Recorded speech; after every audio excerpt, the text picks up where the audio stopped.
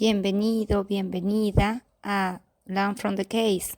Hola, ¿cómo estás? Abro este canal para presentar algunos casos. Trabajo dentro de la neurología y medicina interna y quiero compartir un poco de lo que he y estoy aprendiendo. Quiero comentar que trabajo en distintos hospitales de distintos países. También me formé en distintos países, de manera que los tratamientos en distintas administraciones pueden y van a variar. Me parece que esto también nos ayuda, aporta a nuestra formación médica. Hoy voy a hablar de atrofia dentatorubral palidoleuciana, DRPLA, o síndrome de Howe-River. Un hombre de 38 años, oriundo de México, acudió a la clínica de neurología con antecedentes de 1,5 a 2 años de evolución de alteración progresiva de la marcha, esencialmente inestabilidad y dificultad con el equilibrio. Últimamente había empezado a caerse y había empezado a utilizar un bastón como apoyo. Su pareja comentó que en general estaba más inquieto, con tendencia a mover las manos y los pies de forma involuntaria mientras miraba televisión. No tenía antecedentes médicos previos y no tomaba medicamentos regularmente. Bebía alcohol ocasionalmente, no fumaba y nunca había consumido drogas ilegales ni se automedicaba. Había antecedentes familiares de síntomas similares. Tanto su padre como su tío desarrollaron movimientos atípicos y deterioro de la memoria a mediados de los 40 años y progresaron hasta quedar en silla de ruedas a los 50 años. Pero murieron por complicaciones cardiovasculares, uno por un infarto y el otro por un derrame cerebral. En el examen había signos de movimientos coireiformes, sutiles, que involucraban brazos y piernas y región perioral. Había una gama completa de personas que tengan DRPLA, específicamente en estos pacientes. Así que los pacientes que presentan epilepsia y ya tienen DRPLA reciben tratamientos estándares antiepilépticos, pero se debe evitar la fenitoína, ya que puede empeorar la ataxia. La fenitoína puede dañar las células de Purkinje del cerebelo. Los signos clínicos de ataxia pueden persistir sin evidencia radiológica de atrofia cerebelosa, y la atrofia cerebelosa puede observarse sin evidencia clínica de disfunción cerebelosa.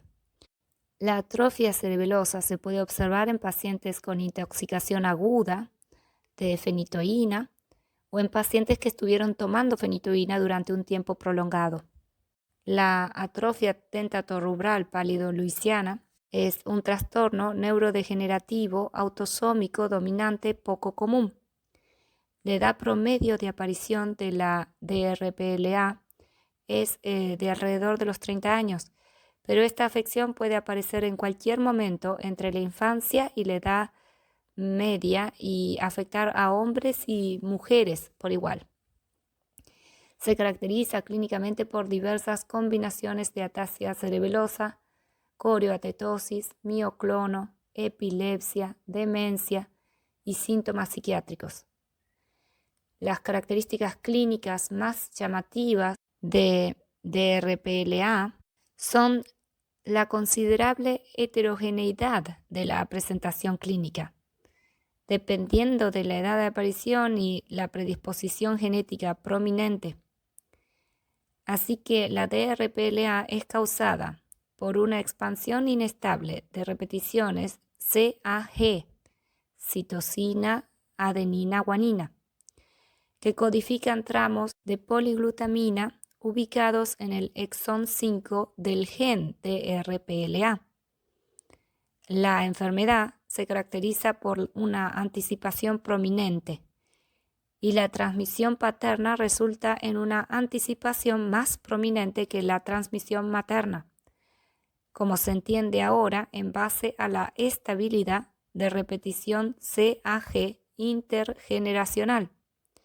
La proteína de RPLA, también llamada atrofina 1, se encuentra en el núcleo y actúa como correguladora de la transcripción. Estudios inmunohistoquímicos recientes en tejidos de autopsias de pacientes con DRPLA han demostrado que la acumulación difusa de la proteína DRPLA mutante o atrofina 1 mutante en los núcleos neuronales, en lugar de la formación de inclusiones intranucleares neuronales, es la condición patológica predominante e involucra un área amplia del sistema nervioso central, mucho más allá de los sistemas afectados anteriormente considerados. Por lo tanto, se propone que la acumulación intranuclear de DRPLA mutante, dependiente de la edad y de la repetición CAG, citosina, adenina, guanina, que conduce a disfunciones nucleares, sean los mecanismos fisiopatológicos esenciales en esta enfermedad. Los cambios patológicos degenerativos observados en DRPLA afectan principalmente al núcleo dentado con su proyección al núcleo rojo y al pálido externo, con su proyección al núcleo subtalámico. Por lo general, el sistema dentatorubral se ve más gravemente afectado. También puede producirse atrofia en otros núcleos de los ganglios basales, el tálamo y las olivas inferiores. En varios casos se ha descrito degeneración de las columnas posteriores y de los haces espinocerebelosos. También se ha encontrado afectación del tegmento pontino, lo que parece correlacionarse con anomalías oculomotoras. Anteriormente se pensaba que afectaba principalmente a la población japonesa, pero ahora se sabe que está más extendido. El descubrimiento de repeticiones expandidas de citosina, adenina, guanina en DRPLA o atrofina 1 en el cromosoma 12P, que codifica la proteína atrofina 1, que está fosforilada por una quinasa NH terminal C-Junt o JNK, por sus iniciales en inglés. El sello distintivo de la histopatología cerebral es la atrofia de los sistemas dentatorubral y palidoleuciano, como sugiere el nombre de la enfermedad, pero ocasionalmente se encuentran lesiones degenerativas en la sustancia blanca del cerebro, el putamen y otras estructuras que se están investigando. El espectro neuropatológico en pacientes caucásicos con DRPLA es esencialmente idéntico al descrito en pacientes japoneses con la misma enfermedad. Los tramos de poliglutamina expandida se acumulan de forma difusa en el nucleoplasma de las diferentes neuronas del sistema nervioso central, al igual que en la enfermedad de Huntington, la enfermedad de Machado-Joseph. Las inclusiones de DRPLA son inmunopositivas para varios factores de transcripción, como la proteína de unión a TATA, el factor asociado a TBP, la proteína de unión a elementos que responden a AMPC y la proteína de unión a CREB, lo que sugiere que la degeneración neuronal puede resultar del agotamiento nuclear de los factores de transcripción que contienen el dominio rico en glutamina. La mutación es una expansión de la repetición CAG, que codifica poliglutamina en el gen DRPLA en el cromosoma 12. El inicio temprano de la enfermedad incluye ataxia, epilepsia mioclónica y la progresión a demencia, mientras que los casos en adultos muestran ataxia cerebelosa y síntomas psiquiátricos que pueden acompañar a convulsiones y movimientos anormales coriotetósicos, parecidos a la enfermedad de Huntington. Tiene un fenotipo similar.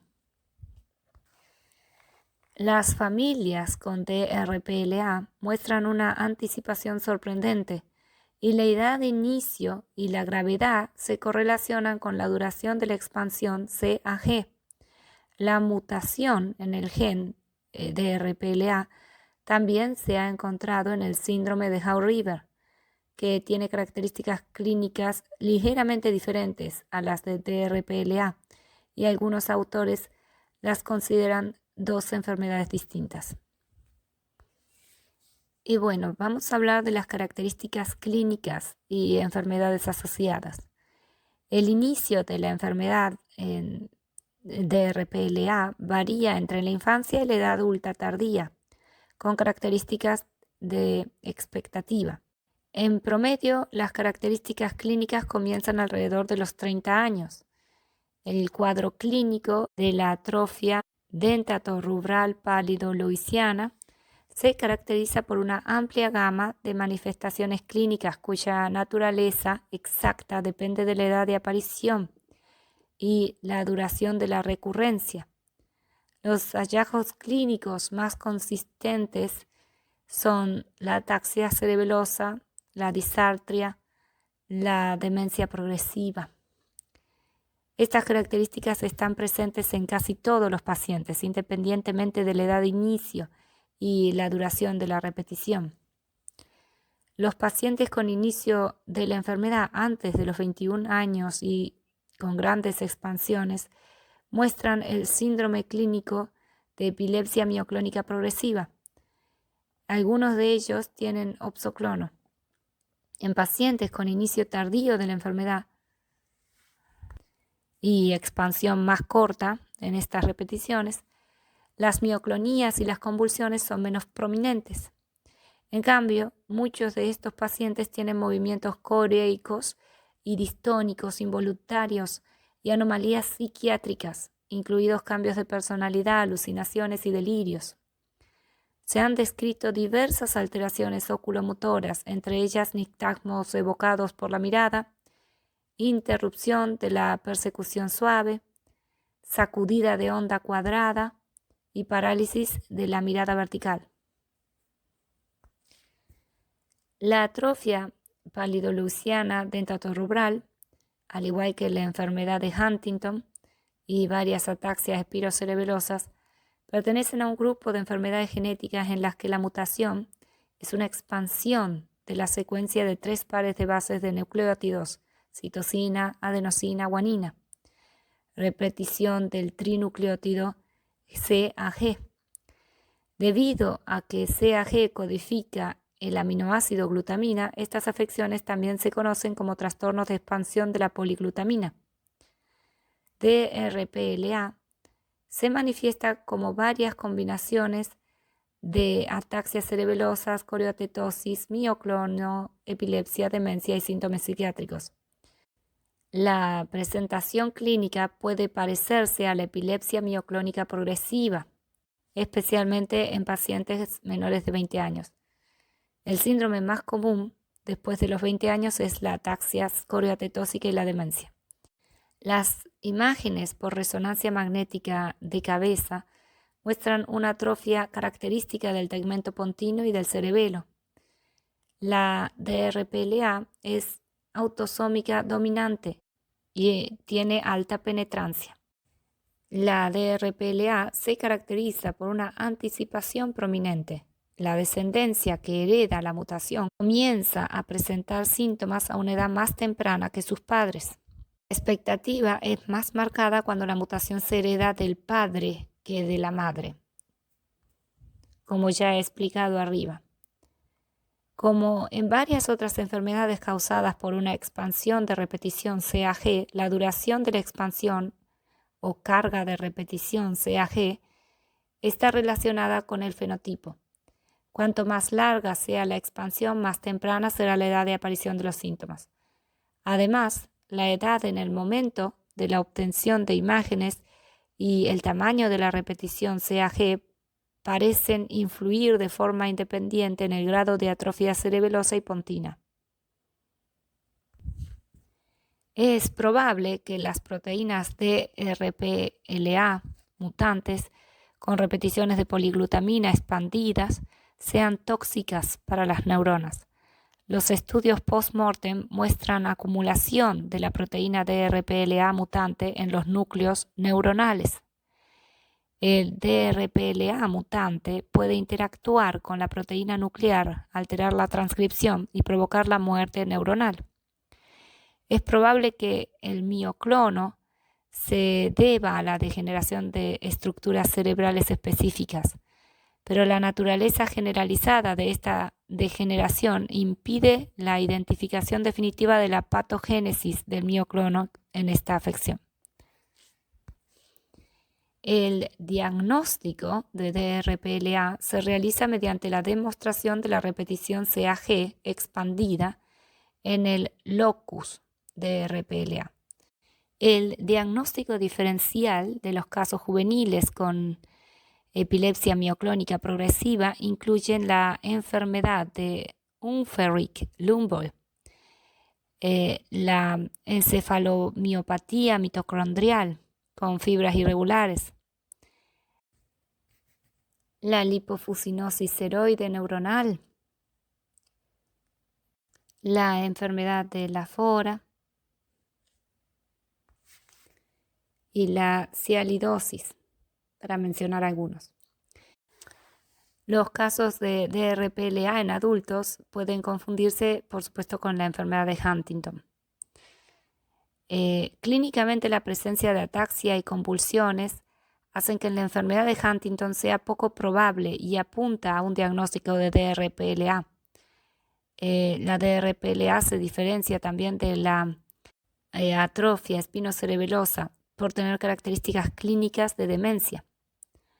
En la enfermedad de Creutzfeldt-Jakob pueden producirse un síndrome de ataxia también, mioclono y rápido deterioro cognitivo similar a la DRPLA. En comparación con la DRPLA, la progresión suele ser más rápida en la enfermedad de Creutzfeldt-Jakob. En casos excepcionales, la DRPLA puede confundirse también con esquizofrenia. Esto es algo también llamativo. En el electroencefalograma, la actividad electroencefalográfica de fondo se ralentiza en aproximadamente el 80% de los pacientes con DRPLA. En más de la mitad tienen patrones de electroencefalograma epileptiformes y aproximadamente un tercio de los pacientes muestran un electroencefalograma que revela fotosensibilidad. La resonancia magnética de pacientes con DRPLA muestra atrofia de los pedúnculos cerebelosos superiores.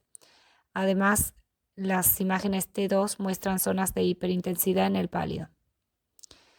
En lo que es tratamiento, no existe un tratamiento específico para la DRPLA. Los pacientes con epilepsia, por supuesto, requieren un tratamiento con drogas antiepilépticas estándares.